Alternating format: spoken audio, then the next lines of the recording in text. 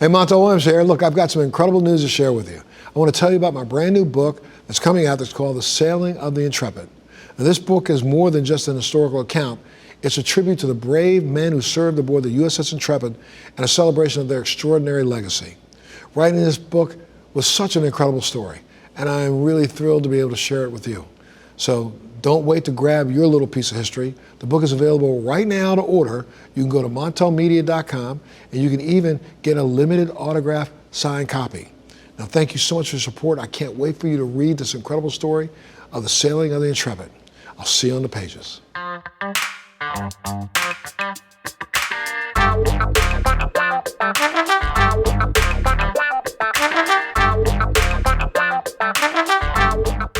Well, welcome back to Let's Be Blunt with Montel, the podcast where we dive deep into the world of cannabis culture and the incredible people shaping this industry.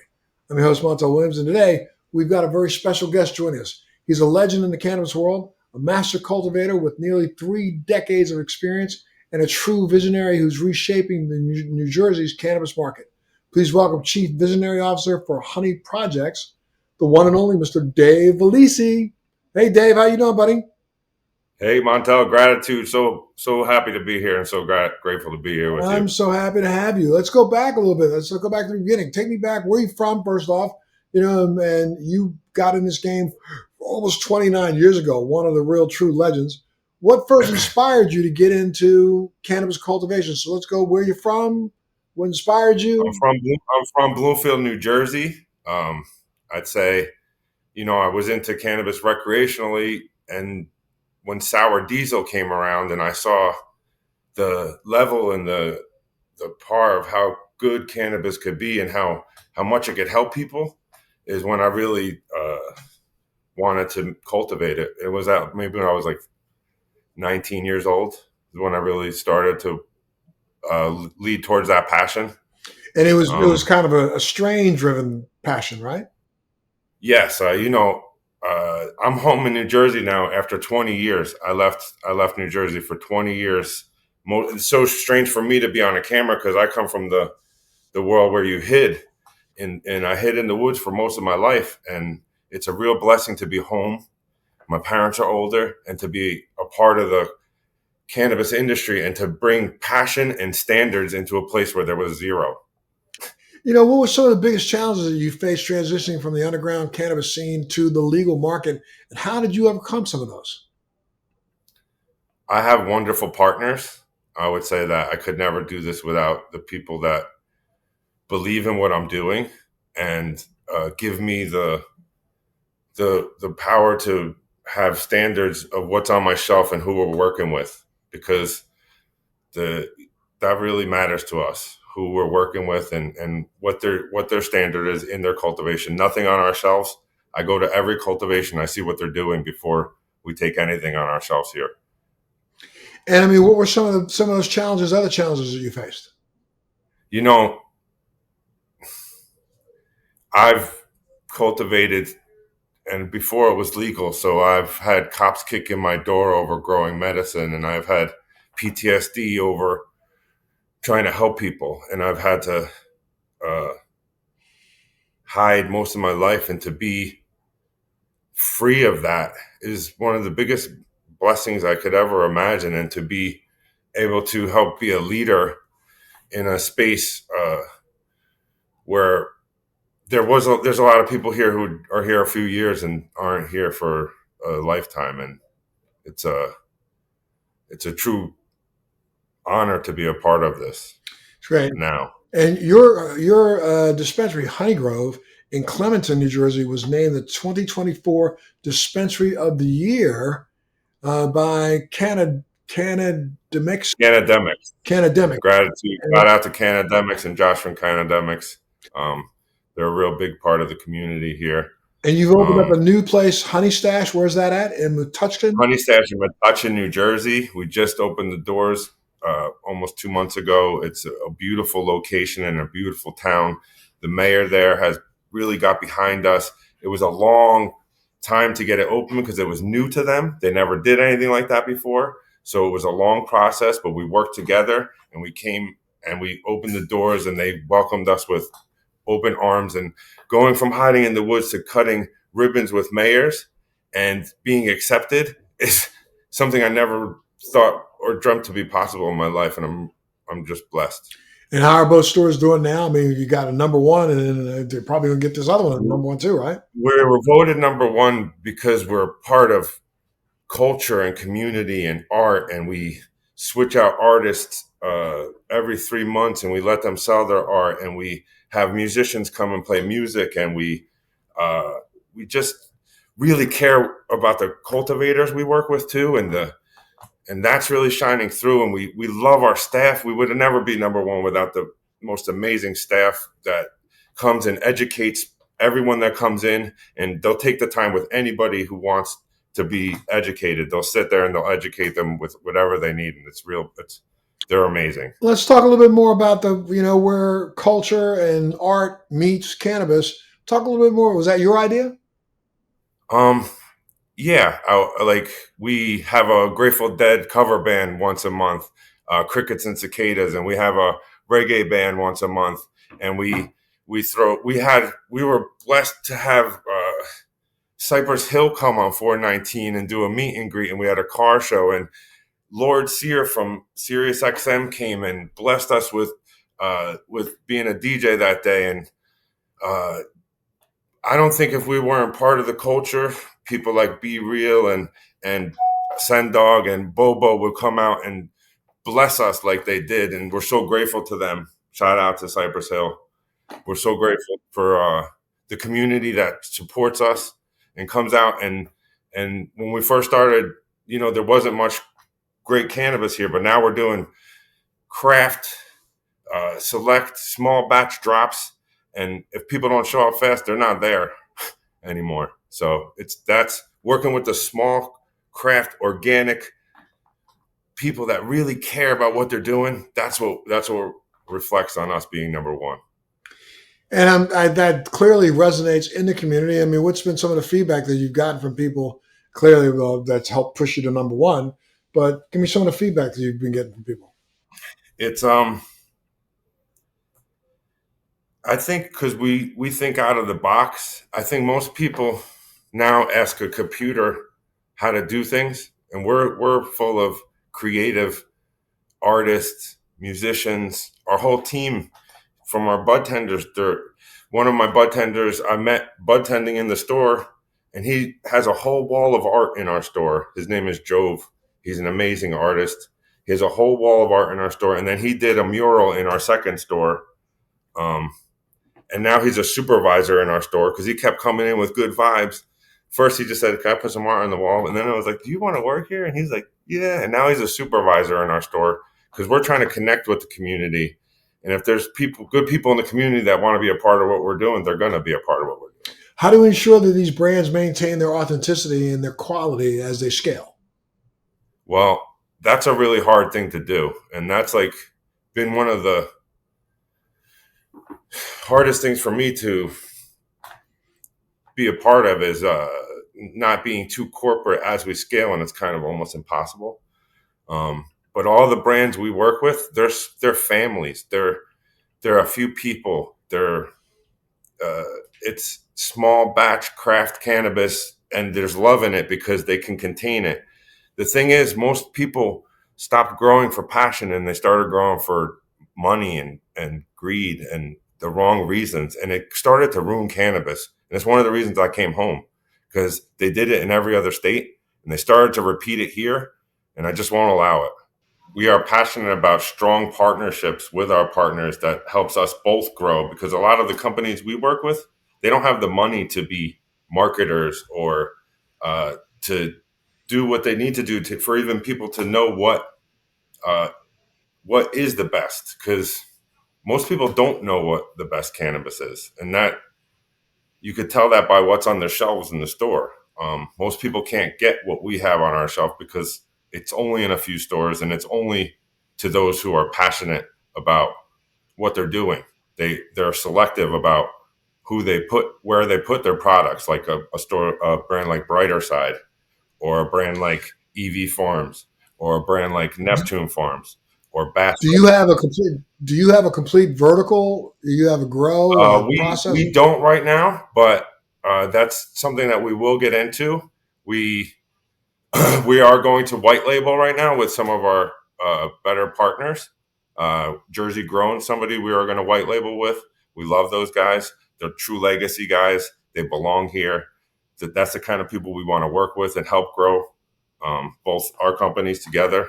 Um, and we will be vertical one day. I'm kind of there's a lot of people here, like I said, that don't really have a concept of what they're doing, and they're here for the wrong reasons. I'm waiting for them to weed themselves out, and we'll get a grow for a lot cheaper than we would doing it right now. Well, you know, you've been credited with moving some of the more authentic sour diesel strain out there. Right, what makes your sour diesel so special? What makes sour diesel the Well, strain so special to you, and what makes yours so special? I would say that sour diesel is so special because it was part of changing a whole time. Like there was a time where sour diesel was $500, $550, $600 an ounce, and gold was that price. And everything back then was small batch. That's why it was so sought after. That's why it was so, uh, you know, it was called sour diesel because there was never enough. We were like, why? What do you mean we could only have a half a pound? What do you mean we need way more? And most people gave up growing it because it takes long and it's hard and finicky. And it's something that you have to be passionate about if you really care to grow what you love, and you don't just grow for money. So I never grew for that. I always grew the things that I knew I loved and that were good medicine for my people, because I grew medicine. I grew medically. There's a difference between for yourself that this is a Sure. medicine. This is something that heals people. Still in New Jersey, people do 5 years for growing a plant. It's mental. I will fight. I will continue to fight with my partner, Jeff, until the end over that. That's for a kid to do jail time over growing a plant that saves you and you can make beer in your basement. Doesn't make sense, Montel. Not at all. Doesn't make any And that's sense. that's still that's still going on in Jersey right That's now. Well, still going on here, right? And I've how is never been Jersey? able to grow a plant in my own state over these crazy laws. My mother's sick. I can't grow her a plant. And I have to rely on a company that sprays plants or puts it through a remediation machine, which is something we don't allow on our shelves. Nothing on our shelves at HoneyGrove or HoneyStash goes through a remediation machine. And that should be on the label. If a package goes through a machine like that, they're not even telling the people that it's doing it. But you could check through COAs. You could Yes. check. So we don't let things like that on our shelf because we care about you. We care about what's going. Me personally, I'm on a health journey. I used to be 400 pounds. I I I'm on 184 weeks of taking self-care on myself. So if I care what I'm putting in myself, I care what you're putting in you. What are some of the other strains that you really like and enjoy? Also, I mean, you like sour diesel. What are some of your other I would favorite say strains? that I love any Kushes. I love old school strains like Hindu Kush, and uh, I love anything with Chem in it. Chem 91. That's in sour diesel. That's in OG Kush. It's kind of like the grandmother of everything I love. Um, I love Star Dog. Uh, I'm, I'm, I didn't. I got kind of out of what was going on when everyone was growing runts and fast Z pies and Z's, and everything went to this one terpene where I stayed away from that because I cared about the stuff that grew longer, like the hazes, the super silver haze, which most people gave up on these strands because they took 90 days. So they're Right. trying to get things that grow 9 weeks, so they can get more harvest instead of growing the true medicines. I never stopped that, and I never will. Some of the better medicines take longer, and that makes sense. And it also gives you more time to flush out what you put in so it tastes better, because cannabis is supposed to taste good. Sure. When you say you grow, do you have a grower that grows for you? Somebody Well, has a right grow now I license? work with all of the best cultivators in the cannabis market in New Jersey. We pride ourselves to work with the best cultivations. We go to everyone to make sure that they're up to our standards and they are hopefully growing organically and in soil, pulling out true terpenes. Which again, cannabis is supposed to taste good, so if it doesn't, that there's something going on. Most of the Gotcha. people here don't know how to cure weed yet, so that's why I'm so hard on who I take on my shelves. And I'm not even allowed to open the cannabis that I buy from people. It makes no sense. Like I could spend $30,000 on cannabis, and then I can't open it in my store to make sure it's okay. So I have to go to the cultivation to make sure they're doing it good there because the laws are weird. Wait. Explain this again. You mean you can bring product in, but you can't open I it? can't Is that open some it to make sure it's okay. That's a problem here.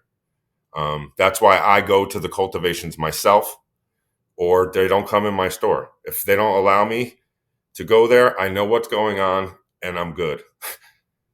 What are some of the other differences in what's going on in New Jersey?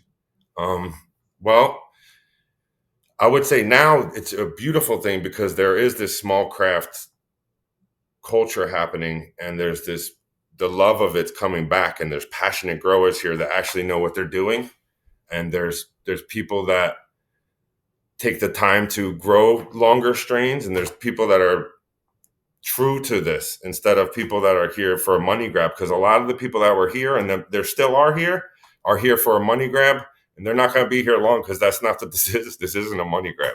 You have to have passion, or you don't belong here. Right, right. Let's shift gears for just a second. You mentioned it yourself. You lost 200 pounds. It took you, what, a year to lose it? Let's talk a little bit about your incredible lifestyle, life change journey. So I would say that like our big passion here isn't going to be just selling cannabis. It's to help everyone wake up into that, into loving themselves, into their own divinity, so they could everyone could live in their dreams, not just me. Um, I have mental health in my family, and I think it's something that like really gets washed under the rug in this country. So I'm trying to lead by example, not for just my family, but for everyone, and to be a better version of myself every day.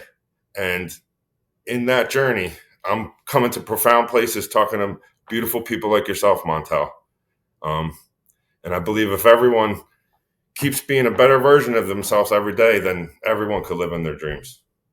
Well, as you've witnessed, transformation for yourself, you've spoken about how cannabis has been a tool for holistic wellness for others. Can you share some stories or some anecdotes from some people that have embraced cannabis for wellness? Yeah, I have a friend who gave me a guitar on my 40th birthday, and 2 weeks later, he was paralyzed. Um, Oh no. and RSO oil, Rick Simpson oil, I'm sure you know well of that, Mhm. has been something that really has helped his life tremendously. And it's a real shame because he's in a federal facility, so he's not allowed to have cannabis. It's it doesn't make any sense. You know, so and he doesn't want to be on opiates. Who does, right? So like cannabis has really helped him, and he should. It's a proof that the system there's something wrong with it because we're holding back a true medicine for somebody who's in the needs it more than anybody. And then again, like I don't understand why it's federally illegal. It doesn't make sense. And the people who really need it, we should start getting them these things instead of things we know are hurting them. Opiates don't help anybody unless they're dying. Yeah, you just said that from a federal standpoint. I mean, what do you think is going to happen here? There's all kinds of scuttlebutt, all kinds of street corner conversations going on about potentially what may happen with this current administration. Some are saying that they are intending to roll back, trying to figure out a way how they can pressure states to roll back some of their cannabis laws that have already been approved. I happen to think that the cat's out the bag ain't gonna be able to put it back. I However, if Trump decided to come in tomorrow, not Trump, but if the Fed decided to come in tomorrow and try to shut your doors, they could do so. They sure could. And they sure tax us really high, right? But somehow they could do that, and they could. We have a lot of kids working for us, so that's not really okay, right? So like, I would believe that they would pull things back because they never do anything that's right. They. Why do I think they're going to start now when we know it's helping how many thousands of people, and they sell it at the gas stations legally, the hemp, the THCA. They sell it at the liquor stores legally, the THCA. They're allowed to market it. We're not even allowed to market ourselves. And it's really unfair how they treat us. I think we're treated more unfair than anybody in the whole world. And this is coming from people that I had to hide in the woods most of my life to learn what I learned for everyone. So I don't think it's fair. And I think they should really start caring about helping people feel better instead of suppressing us. Well, but do you not think? Don't you think that our industry bears some of the responsibility? Because you said a lot of people came to this business just trying to make money, and they really didn't. They really haven't put together the thought of how to come together. I mean, we're still battling, from one dispensary to another, from street corner to street corner, rather than coming together and trying to figure out how the rising tide lifts all boats. See, we're not competing with anybody. We're trying to be the best version of ourselves, and we're trying to work with all of the best people in the community. We're trying to collab, not compete. That's, I think, why we're thriving. We don't have that mentality.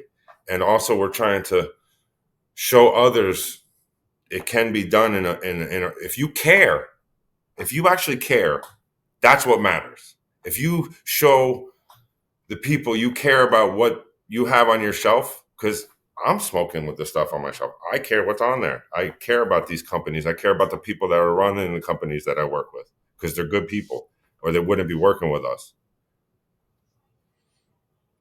Give out some real quick. Give out some stats of how people can get a hold of you or get a hold or find out where you are.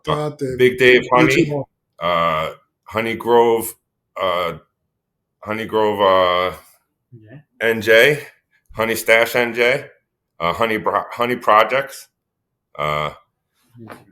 and Instagram. Those are all on Instagram. Sorry. Got it. Well, I understand HoneyStash hosts some community events and some education sessions. What's been the most rewarding event or initiative like that you've been able to hold so far? Well, we were a part of the first Cannabis Cup in New Jersey. That was a real honor. And we feel education is a huge part of the next step in cannabis. It's to educate the community about to actually care about what they're putting in their body. Just like Whole Foods, right? We care about what's on our shelves. We think that hopefully this starts to translate not just into the industry, because the industry knows what we're doing. All the bud tenders from all the stores around, they all shop at HoneyGrove. They all shop at HoneyStash. We need the community to understand what's going on and why we have what we have on our shelves and why we work with the small craft companies that care what they're doing and not the big companies that spray the weed with stuff that we will not allow on our shelves. Have you noticed a change in your customer demographics at your dispensaries? I mean, I have products in the marketplace in multiple states. I had them. I'm currently in Georgia, and demographically, I think in the last year or so, have you started to notice that your demographics has changed a little bit? You're starting to cater to a little bit more of the baby boomer and getting a little bit away from the young single one, one pre-roll buyer to the baby boomer connoisseur buyer. I'm actually noticing a lot of older people are getting into cannabis, Montel, and that they're starting to lose that stigma finally, and they're trying it and it's helping them, and then it's changing their lives, and then it's changing their sister's life, and then it's changing their aunt's life, and this is a beautiful thing. I have noticed that it's not just young people anymore, and that's one of the cooler things to see is to see the stigma finally starting to break loose. With your 29 years of experience, What advice would you give to someone who's just starting out in the cannabis cultivation business right now? I would say that if you don't really truly love this and have a true passion for this, that you should do something else. But if you do, if you have passion for anything and you keep trying to be the best at it, you can be. And I hope you do. You know, I mean, where do you see the industry going in the next, say, 5 years, 5 to 10 years? How do you plan to keep HoneyProjects at the forefront of this evolution? I think we're just at the start of seeing how good cannabis could be in New Jersey. It's just starting to be the levels getting higher and higher, and we're not even close to where it's going. And there's going to be a lot of great people to work with here, and there's going to be higher standards and better products that you could look on my shelves to see what they are. How do you intend as an independent kind of dispensary to continue to compete against some of these larger MSOs? I believe that's kind of the easiest thing to do because they don't have a standard or care what they're doing. They don't treat their staff well. They don't, I know this from my own because when I first started this, my staff came from one of the MSOs and they were toxic and hurting and they didn't believe in what we're doing. But now if you come in HoneyGrove or HoneyStash, you feel love because we love them like family and they are family. And that resonates into the customer that comes into the store too, because we know that people are already coming to HoneyGrove and HoneyStash with problems or anxiety. So we're trying to create a space that they already feel good before they leave. Gotcha. Well, before we wrap up, what's next for HoneyProjects? And what do you plan coming down the pipe? We got some. What's connection? We have some big white label stuff coming. We have some cannabis coming through Jersey Grown. We have some carts coming through New Earth. We have another dispensary we're working on in North Jersey in Elmwood Park potentially, and we will continue to have the standard that changes the whole culture in cannabis in New Jersey. And we're starting a wave of truth and caring that was not here before. Well, Big Dave, you are definitely leaving a legacy behind. I'll tell you that, my friend. Thank you so much for sharing your story with us today. Anything else you want to add? I just want to say how grateful I am to you, Montel. And it's such an honor to be talking to such a beautiful man like yourself. And thank you for doing what you're doing and showing education towards cannabis. And hopefully people like us together could help kill this stigma forever and heal people together. Thank you, my friend, for sure. Well, I tell you, let us know. Keep in touch. Let us know what you're up to. Let me know when the new store opens up. Are you afraid of New York, right across that border? We're gonna go and dance in New York soon too, Montel. I've always danced in New York, so I'm excited to go dance over there. All right, there you go, my friend.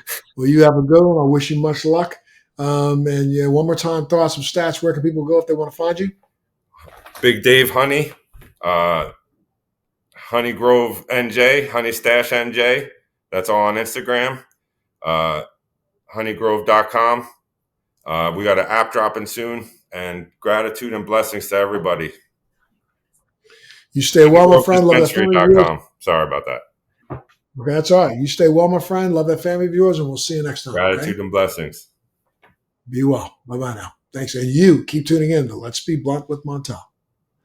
Thanks for joining me on Let's Be Blunt with Montel. Please make sure you're subscribed and hit the bell to be notified when new episodes post each week. We'd love to hear your feedback also, so please send us your comments. Military Makeover is so grateful for the support of Purple Heart Homes, a nonprofit organization that rebuilds and transforms the homes for our veterans. Our heroes come home with sacrifices most of us can't imagine. As a veteran myself, I've been there and founded Purple Heart Homes to help. When I tell the story of Purple Heart Homes, it's the freedom to not have to depend on somebody else to do the simple everyday things in life. Visit phhusa.org/makeover to learn how you can help.